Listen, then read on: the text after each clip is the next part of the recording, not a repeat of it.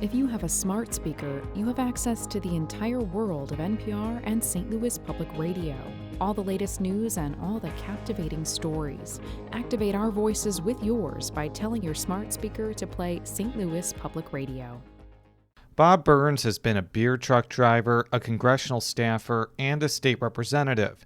And now the Affton Democrat is looking to transition into county politics by running for the 6th District County Council seat in South St. Louis County. Burns joins us next on Politically Speaking to talk about his campaign and his political views. Let's hit the music.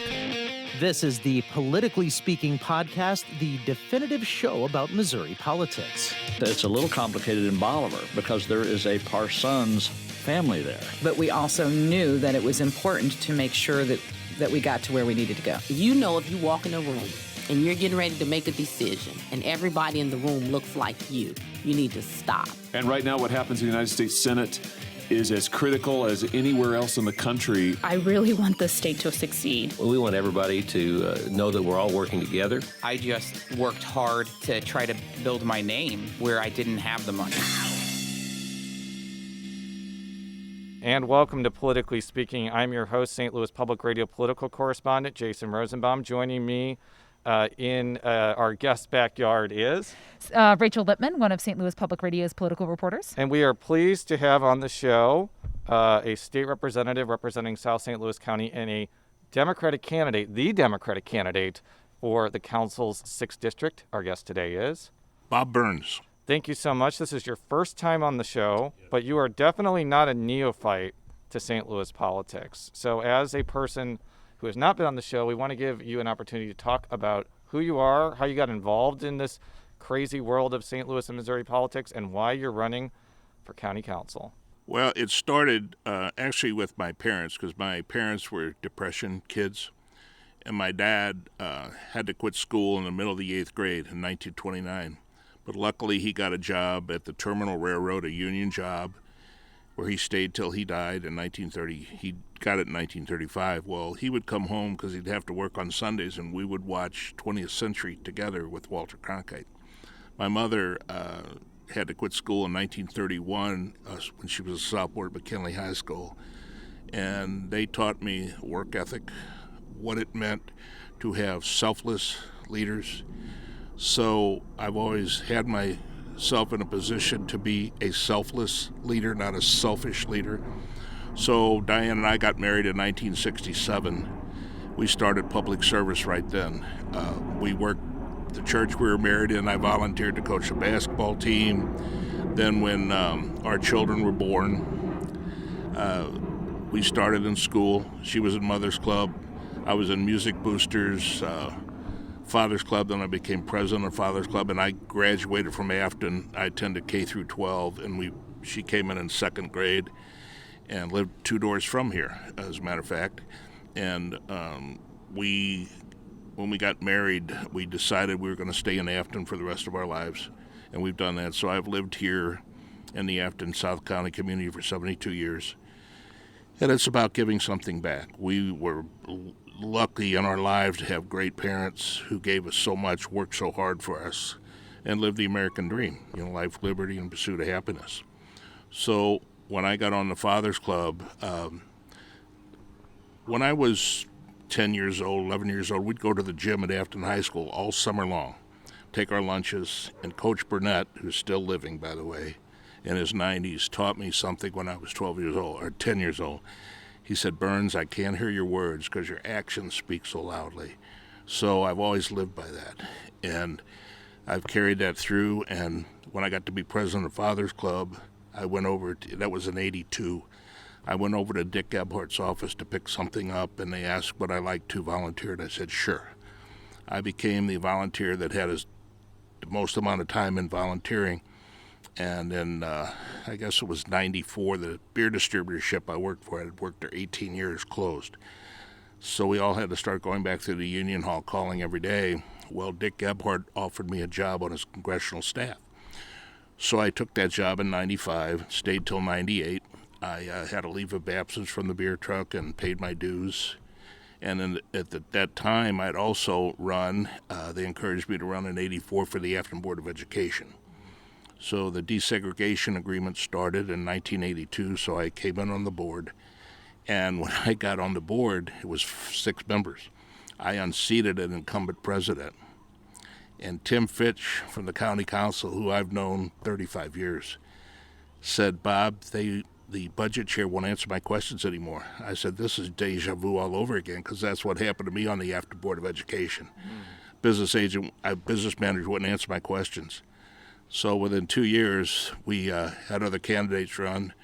We took over the majority of the board. That business manager was gone, the superintendent was gone. We restored Affton to the tradition that I had learned there and Diane had learned there.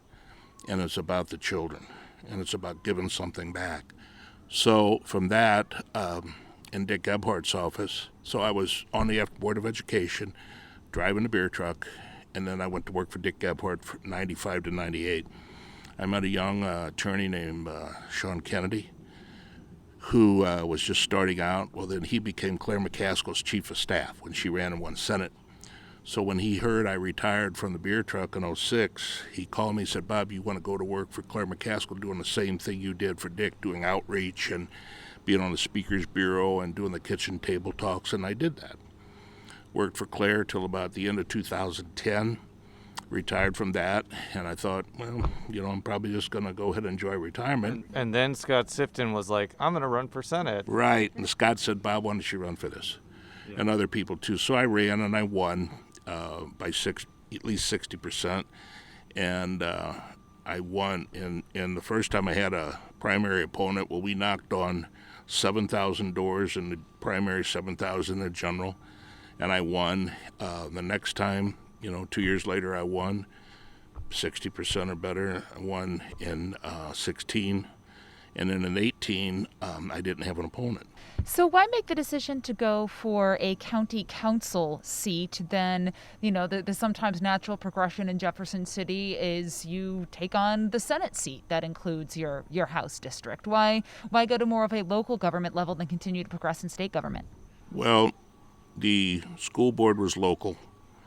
When I worked for Dick Gebhardt, it was local. Even though his district went from the Brewery to St. Genevieve, and they put me out in Festus, which I'd never been south of the Merrimack River that much. Beautiful part of Missouri, by the way. Yes, and wonderful people. You get to know people. And then when I worked for Claire, I did those same things, although I do them a lot of times around the state. She had 4 offices. But, in fact, Crystal Quaid, the Democratic leader for the State House now, was an employee of hers in Springfield. So I knew that Doug Beck wanted to run for the Senate. I talked to Scott Sifton about it. And even though I've gotten 3 bills passed, which is hard to do as a Democrat, and I've had a 4th one that was on the block, ready to be approved, but then COVID hit, and that killed it. I said, I'm sick of that fighting, the constant adversarial position. I have gotten friends on the other side of the aisle because you treat people with respect like you wish to be treated. In my party, same way. You treat people with respect. And so I thought the county council is much more like the Board of Education I was on. And it should be the most nonpartisan job there is because it's for the greater good of St. Louis County. We are the economic engine of the state. And I look at some of the things that are going on in their meetings now, the way they're conducting themselves. I said, wait a minute, they need help out there because the people don't like that controversy. So that's why I decided, and Doug Beck wanted to run, and I was going to try to run a primary against Doug. And so Scott Sifton is a dear friend of mine, and Gina Walsh is a dear friend, and I know what Gina went through and Scott went through just trying to get this most minute little thing changed. So I said, I'm 72, I'm getting tired of that fighting. I want to go out. Retta Days is a personal friend of mine for 30 years. Steve Webb, whose wife just won, he's a personal friend. They were both at my fundraiser. Tim Fitch, and the reason I know Tim is our youngest son's best friend in school was an explorer for the county police department. Tim Fitch was the lieutenant that handled that. St. Louis. This is vintage St. Louis. St. Louis. But from hearing that, I get the sense that if you're elected, you're not going to be a rubber stamp for Sam Page because all those people you just mentioned are kind of independent-minded and are going to make decisions based on the issues, not what the county executive says. Is that a fair assessment? That is totally fair. I love my wife with all my heart and soul. 53 years. And I'm not a rubber stamp for her, she can tell you. And she's sitting right here, by the way. But no, I wouldn't be a rubber stamp for anybody. When I got on the Affton Board of Education and some of the things that the Missouri School Boards Association preaches, they wanted everything to go through the superintendent. I said, well, then what do you need a board for? You just need a rubber stamp. So no, I'm not a rubber stamp for anybody. I'm going to look at each individual issue and see how, and also the other thing is too, I want every district, all 7, to get a fair share of the money. Right now, South County's not getting their fair share. I know Retta Days, North County, where Rochelle Walton Gray and now Shalonda Webb, their district is not getting their fair share of the money, and that has to be changed. What is it, do you think, that puts you in the position to, as you said, not be the rubber stamp for anyone? How do you fit that role better than the current occupant of the seat, Ernie Trakas? Why do you think you're in a better position to do that? I don't want to knock anybody, okay? But just that latest vote where Trakas switched his vote and went with Sam Page, he disrupted his whole party. They're very upset with him. And quite frankly, that was just to have more oversight over the workings of the county executive, and also that $173 million of COVID money. And if that's not spent at the end of the year, that goes back to the federal government. So what I'm saying is I'm going to look at what's best, first of all, for the people of the 6th district. And that's why I believe in our police department wholeheartedly. I believe in low crime rates, high property value. And I believe in helping business, economic development, because that's where jobs come from. And I believe in strong school districts, because that's what holds neighborhoods together. So I am not going to be anyone. I've never been a rubber stamp. I certainly would never sell my vote to a lobbyist or anyone else for anything. I'm going to be out after what's for the greater good. In my whole life, when I played ball, when I was in school, and I had people say, Bob, could you able to organize things? I had a band in high school, 10 teenagers.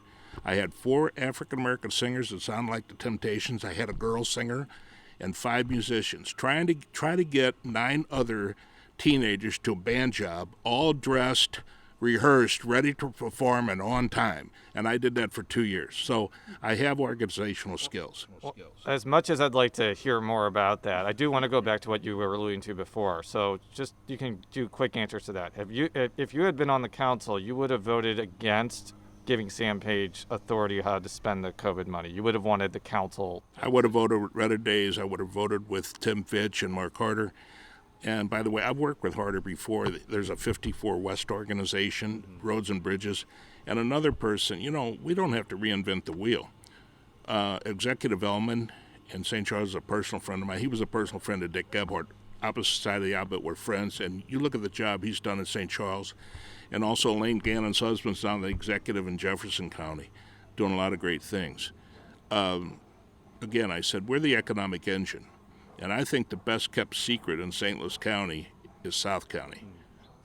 So the other thing you alluded to was legislation that Councilman Fitch and Harder, and I believe Days voted for it as well, that would have restricted county executives from extending emergency orders indefinitely. I would have voted with Retta Days, Harder, and Tim Fitch. And the reason I say that is anyone, a good manager, good football coach, a good executive, doesn't have all authority themselves. You delegate authority, and we used to do that on the Affton board. You have checks and balances, but no one should have that much authority, and I think a perfect example of that is Steve Stinger. Nobody knew how Steve Stinger was going to be. Well, he's sitting in federal prison right now because it got away from him. What's your top issue in this general election? I want the people to be heard. A week ago, they had 300 emails and letters, and I think they didn't read most of those. Those folks are upset. This is not some social club. You're there at the will of the people, just like the 93rd district. It's not my district. It's a people's district. The office I occupied in Jefferson City, that's the people's office. That's the people's capital. It's the people's council, and this is the people's county. And when they ignore that and say we don't have time, that's wrong. Like I said, it's not a social club. There's 7 districts, and they all need to be equally represented. So you go in with the idea, we're going to make it better. We're going to keep crime rates low. But here's the other thing. We've had pretty good issue with crime rates here, but Steve and Shalonda Webb and Retta Days and Rochelle Walton Gray's a good friend of mine. Her husband, Alan's still in the house. He's a dear friend of mine. They deserve to live life, liberty, to pursue happiness in their areas as well. That's why I want low crime rates for all 7 districts. I want the people to have a say. I want them to live the American dream. And when you have a lot of crime, that means something.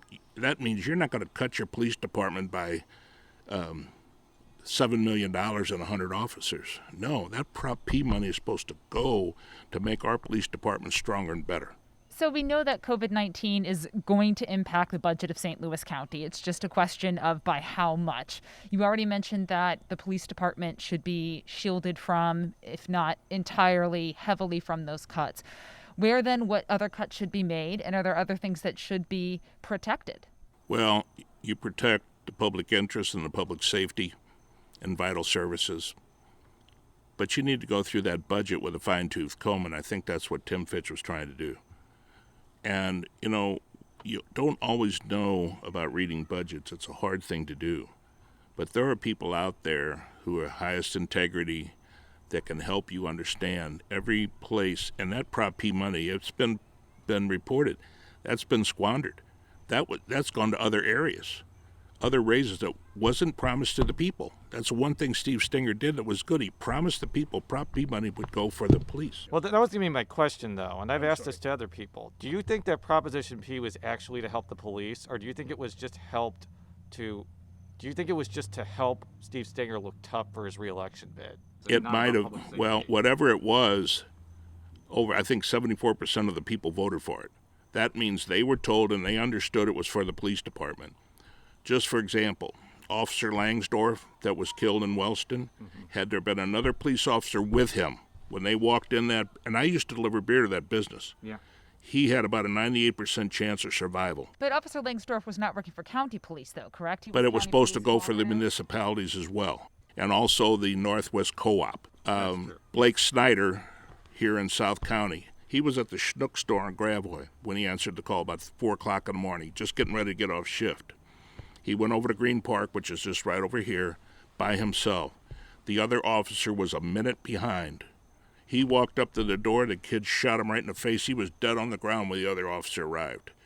2 officers in the car, and you've seen these shows on television.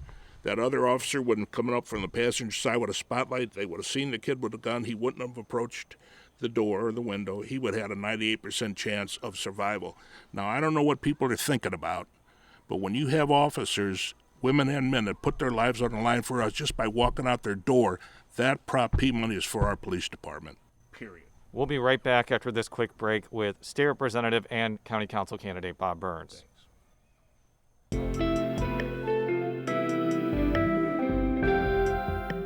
The Gateway brings you the day's news each weekday from around the St. Louis region and the state capitals in Jefferson City. Our schools are accredited.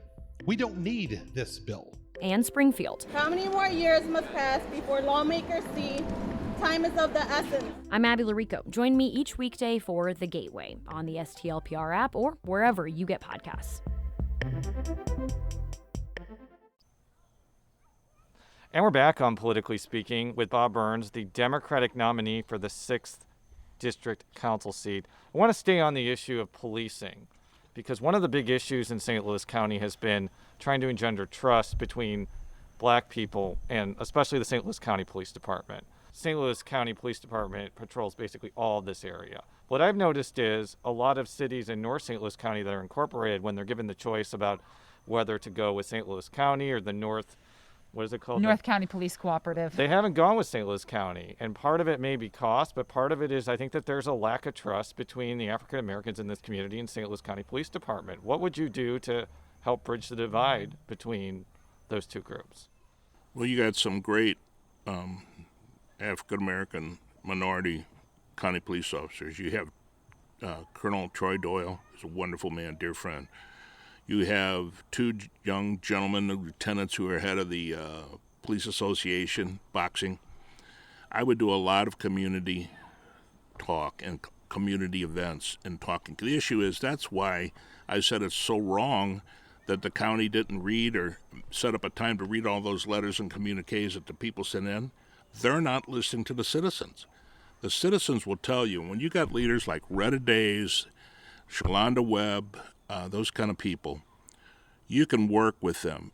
One of the things we did here, when I was on the Board of Education, we were the first district in this area to have a service officer in the building. It started at the high school.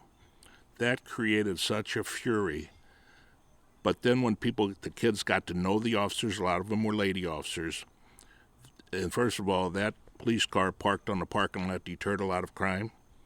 But they'd find out if a girl was being mistreated, a boy was being mistreated, if there was going to be a fight, and all these things. And then all the districts here got them, and all got them K through 12 in all the buildings. So with that kind of vision, the police do such a wonderful job. The K-9 unit is right up here. They do so many things to help, and present themselves. And I think if you look at the true percentage, what is really the percentage of people who are shot by police officers? It's a low percentage when you take in all the crime. We have to look at overall crime. Just the other day, right over here on Rivas Barracks off of 55, somebody stole a car. There was a police chase. It was abandoned on a yard. So many police cars here. They found all kinds of drugs, guns. Well, they abandoned it and they got away. But I think they knew who they were. Crime is all around us. We need a police department. And the other thing you'll find, municipalities. That's why St. George, we disincorporated, and it wasn't all me. It was the mayor at that time, Carmen Wilkerson, and Diane was the president of the Board of Aldermen.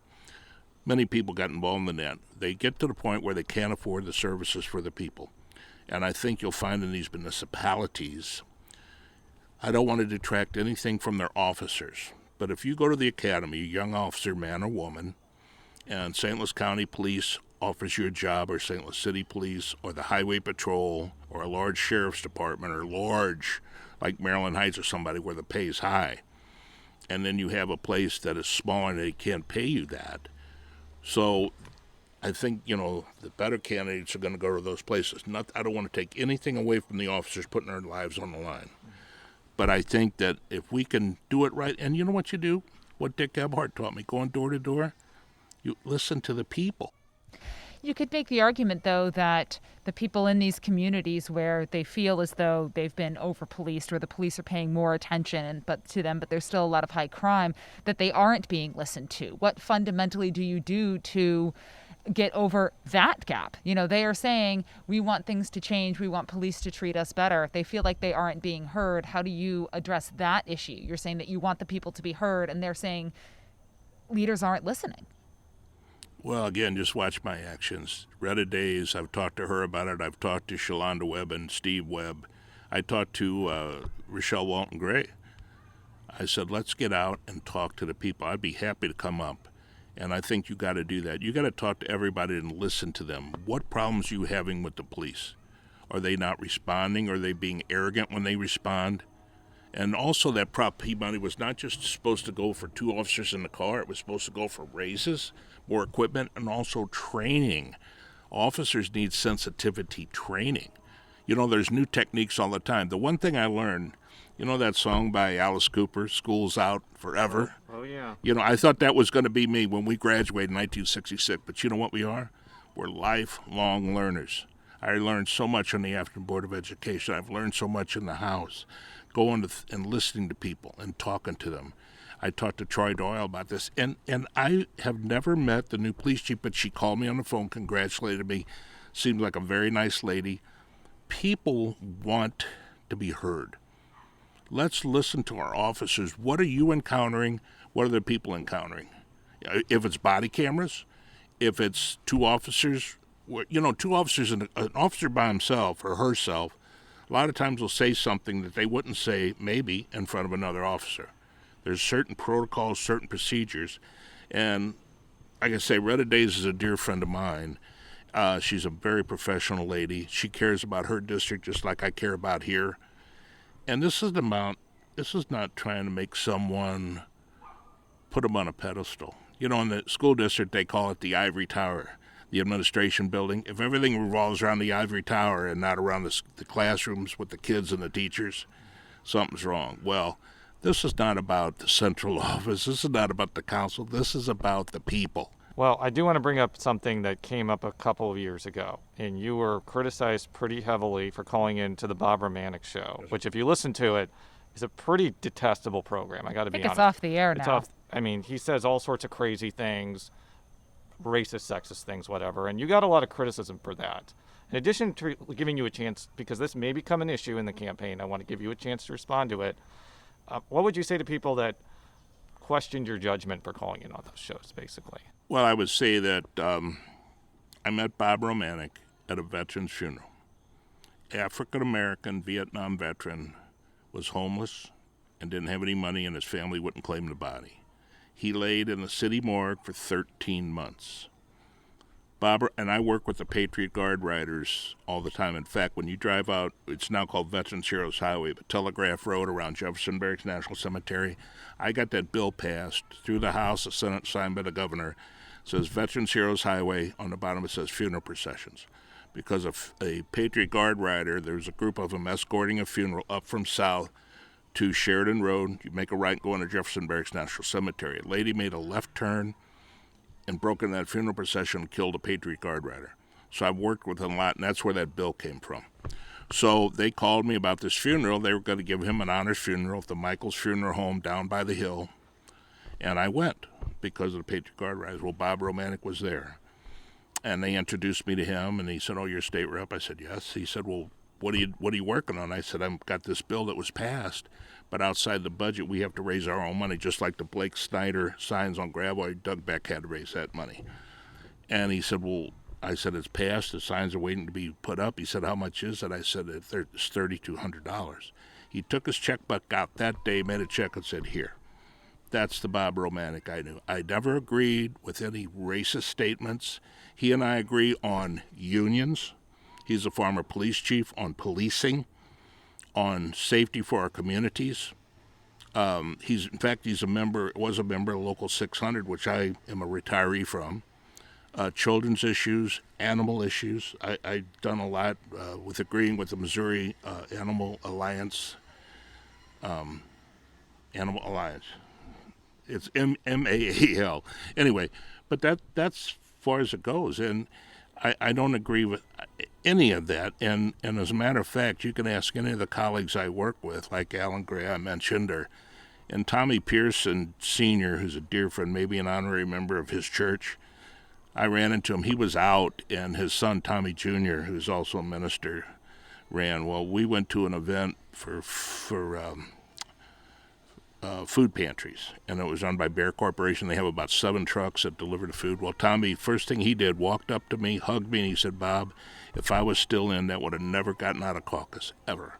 Everyone knows you're not a racist." So that's my answer to that. A couple more questions, but one thing I really want to ask you about, which may seem like a boring issue, but it's a really important issue in the 6th District, is development.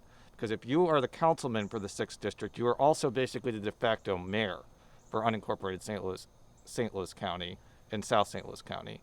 What would be your mentality on that? Because oftentimes there's a lot of controversies over putting apartments in places or putting buildings that are too big. Storage units, I think, has become the new big thing. How would you deal with that issue? Because it's almost certainly going to come up if you're elected to the seat. Well, I'm all for economic development.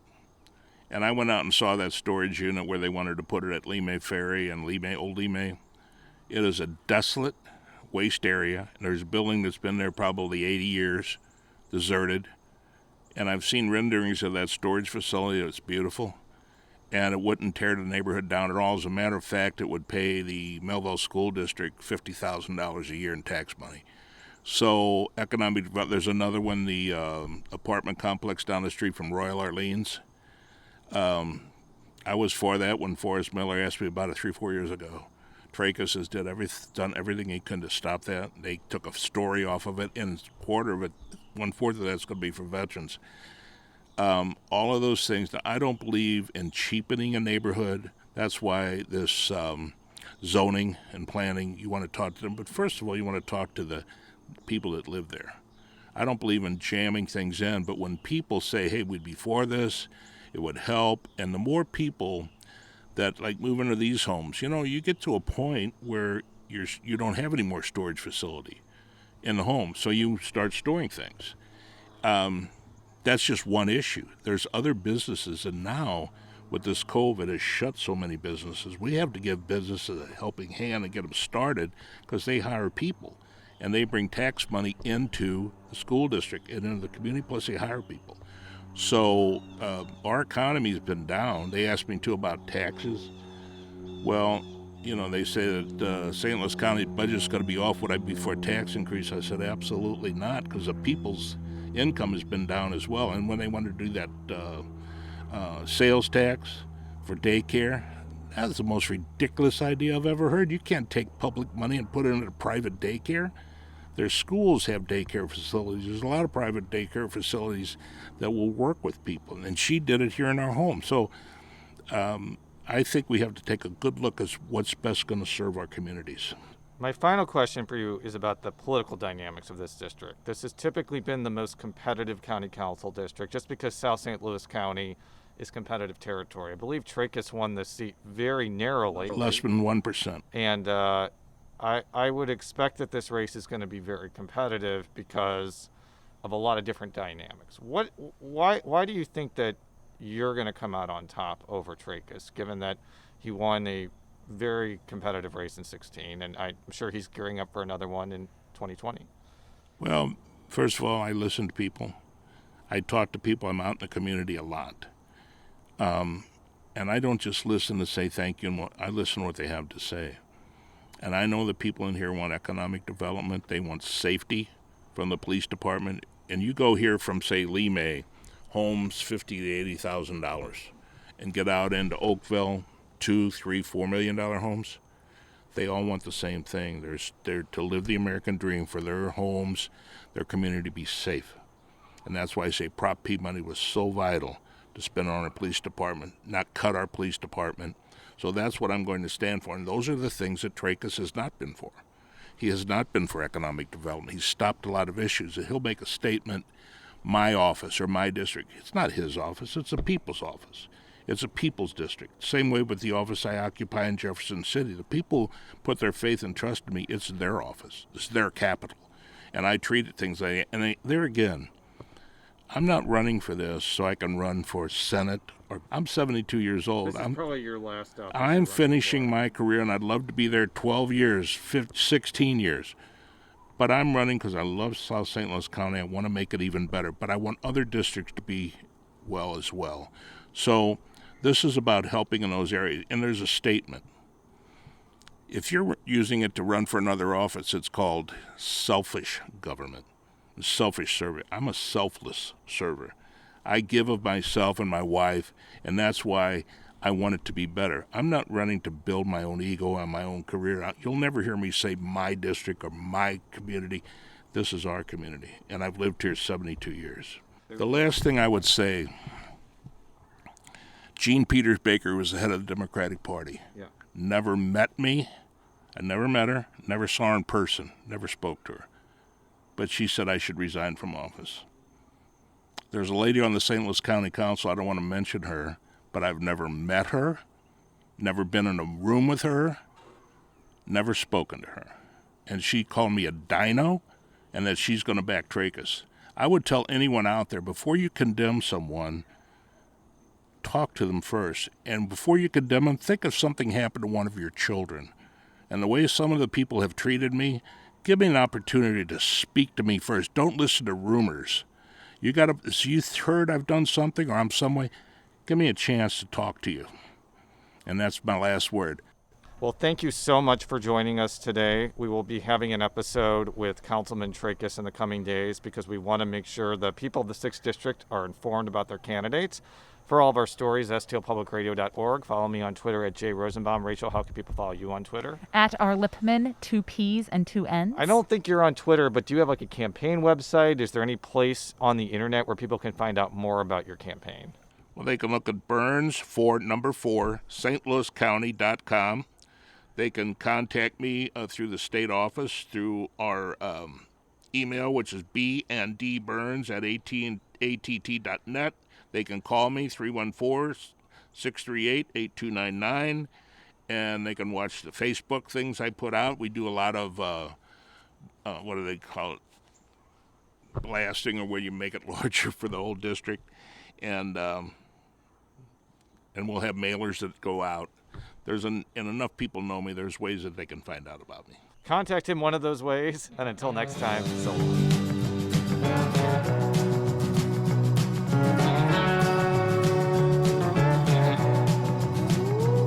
walk